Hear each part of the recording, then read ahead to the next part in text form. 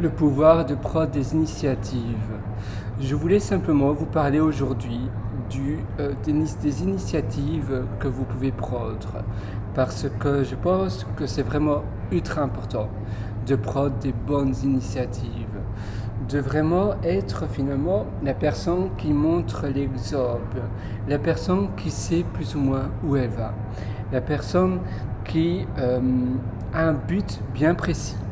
Et voilà, c'est un peu comme si, imaginez, vous allez dans un taxi vous dites au taxi, amenez-moi, mais peu importe où, je ne sais pas où aller, amenez-moi nulle part. Eh bien, il ne va pas savoir où vous amener. La même chose s'applique à, par exemple, un GPS. Si vous êtes dans une voiture, votre voiture, imaginons, une voiture autonome ou une voiture de quelqu'un, mais que vous devez vous rendre quelque part et que vous dites à votre GPS, amenez-moi partout, sauf dans l'océan et dans la forêt amazonienne et dans les étoiles. Eh bien, votre GPS ne va pas savoir où vous amener, il ne va pas savoir vous amener à bon port parce que vous ne lui dites pas où vous amener. Vous ne lui dites pas la bonne direction. Eh bien, pour vos initiatives et pour votre vie et pour montrer l'exemple et pour toujours prendre le dessus, il ne faut jamais se dire « Ah, les autres ne le font pas, donc pour toi, moi, je devrais le faire. » Non, si vous avez envie de le faire, faites-le. Et finalement, oui, parfois, c'est chouette finalement de rendre le monde un meilleur endroit pour vivre. Make the world a better place to live. C'est vraiment agréable de rendre finalement notre environnement idéal et finalement d'avoir le contrôle dessus. Et en prenant des initiatives et en montrant et en disant ce que vous faites, vous serez vu en tant que leader, vous serez vu en tant que positionneur, en tant que comme si oui, vous aurez une position de leader et finalement vous aurez la maîtrise. Ceux finalement qui osent prendre aucune initiative, peut-être que vous trouvez ça chouette parce que ainsi c'est agréable de rester comme un plouc sur son canapé en regardant des vidéos et des films à longueur de journée, mais finalement à long terme on se sent pas très bien et on prend pas sa vie en main. Et le plus important et le plus gratifiant, c'est pas non seulement prendre sa vie en main, mais prendre la vie de tout le monde en main. Se dire les hausser, les aider. Et si vous pensez que finalement vous n'avez pas envie de le faire parce que vous n'êtes pas payé pour, etc. Non, pour toi, on devrait être payé pour. Simplement, on se sent bien. On pense finalement que c'est du travail parce que finalement dans notre éducation, prendre des initiatives et montrer l'exemple, etc., on nous dit que c'est plus ou moins du travail. Mais en fait, en réalité, c'est exactement la même chose que ne rien faire. Ou, sauf qu'on se sent mieux. On donne de la gratitude aux autres et donc on en reçoit.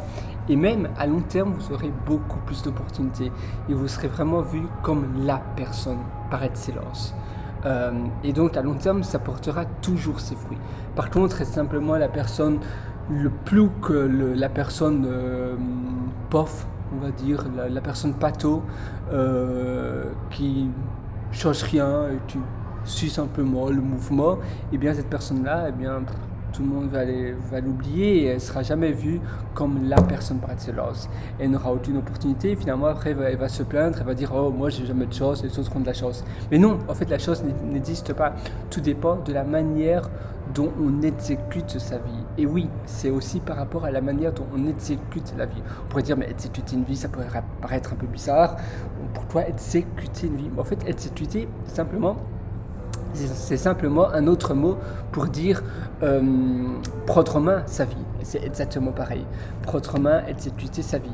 C'est finalement avoir les rênes de sa vie. Vous savez, c'est un peu comme si vous faites de l'équitation. J'en ai fait quand j'étais petit et j'avais un poney qui s'appelait Zibulon.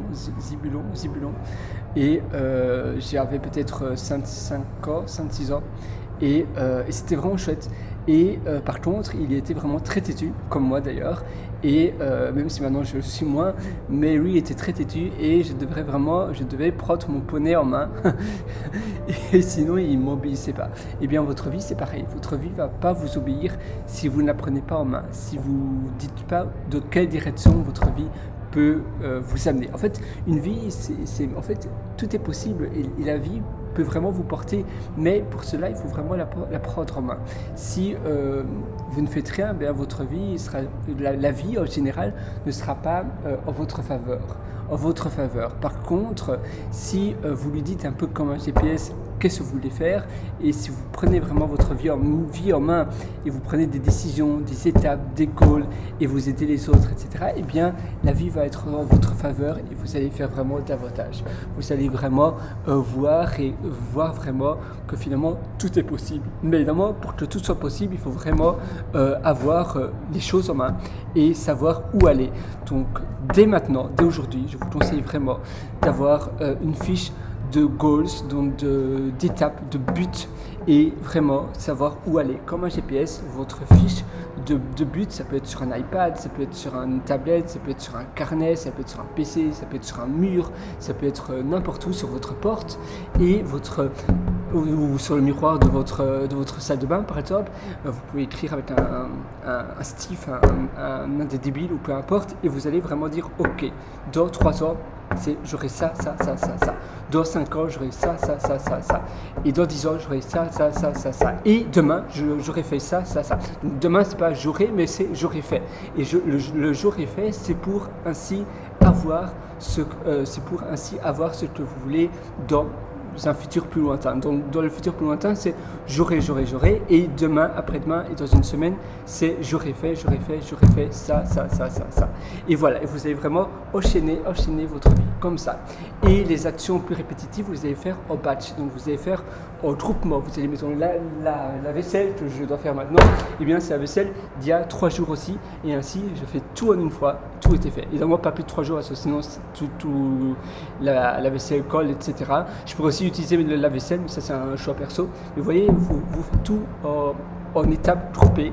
Et pour les décisions, les trucs créatifs, etc., eh bien, à nouveau, vous devez précisément savoir ce que vous faites. En général, c'est pas une question de temps, mais d'organisation toujours. Parce que le temps, de toute façon, on a tous la même unité de temps. Mais le seul problème, c'est l'organisation. Parfois, moi, je dois faire quelque chose, mais je ne sais pas exactement par où commencer. Donc, je traîne sur mon PC. Et vu que je ne sais pas quoi faire exactement, je ne sais pas la solution, je ne sais pas exactement où aller, eh bien, je peux traîner pendant des journées à essayer de trouver un problème. Même dans mon boulot, en informatique, parfois il y a un bug ou un problème et je ne sais pas exactement où aller trouver, où aller fixer ce problème dans le code, dans le logiciel. Et donc je traîne, je glotte et finalement je fais rien, je lis le code, j'essaie de trouver, mais voilà, je vais un peu nulle part en fait. Je tourne vraiment autour du puits et je ne vais pas vraiment droit au but, droit dans le trou finalement du puits. Et si vous savez exactement où aller, boum, vous allez. Et grâce, pour savoir où aller, eh bien, vous devez vraiment avoir des fiches d'étapes, de goals et d'actions précises. Voilà, j'espère que ça va vraiment vous aider à faire ça et à prendre votre vie en main. Moi, je suis vraiment avec vous à 100% et je vous souhaite vraiment d'exceller. En tout cas, je suis sûr que vous allez le faire. Si vous suivez cette vidéo à la lettre et que dès aujourd'hui, il n'y a pas d'excuses, les excuses, ça n'existe pas. C'est simplement un mot inventé. Il n'y a pas d'excuse, vous le faites. Le temps, à nouveau, il existe. C'est simplement la manière de prendre son temps en main. C'est la manière d'exécuter et de gérer son temps. Ça, c'est le plus dur. C'est un peu comme pour l'argent. La gestion du temps, la gestion de l'argent, c'est le plus dur. Mais comme toujours, tout s'apprend. Et c'est souvent parce qu'on a peur. En fait, le problème, c'est parfois on gère mal simplement à cause de la peur. On a peur que le temps passe trop vite et finalement on fait rien et donc on gère mal. L'argent, c'est exactement la même chose. On a peur de perdre tout son argent et donc on le gère mal. Mais gérer bien son argent, c'est pas dire garder tout son argent, simplement bien le dépenser où il le faut. Mais parfois, les personnes qui gèrent extrêmement bien leur argent, justement, ils dépensent tout, mais dans des choses qui, après, à long terme, eh bien, finalement, ça porte vraiment leurs fruits. Ça peut être un investissement personnel sur eux, ça peut être un investissement eh bien, en argent pour avoir finalement 10% de plus dans 5 ans, dans 10 ans, etc. Ça peut être pour une maison, ça peut être pour un bien, ça peut être pour leur famille, ça peut être un investissement pour, pour leurs enfants, etc. Mais voilà, et ça c'est la gestion. C'est pas simplement garder, parce que finalement, garder l'argent, ça sert à rien, parce que à part le laisser pourrir dans un compte livret vert ou un compte, voilà, ça sert absolument à rien. Eh bien, votre temps, c'est exactement pareil.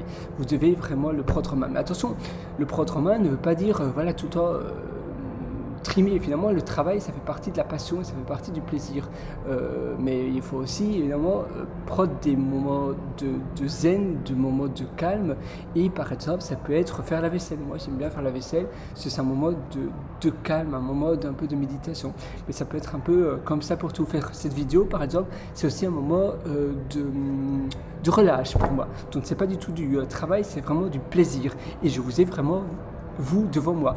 Vraiment, c'est une relation intime qu'on a actuellement. Vous êtes juste de l'autre côté du pot de travail de ma cuisine. Vous voyez, c'est vraiment exactement comme ça. En tout cas, je vous souhaite bonne chance. Je suis vraiment avec vous et à très bientôt. Ciao.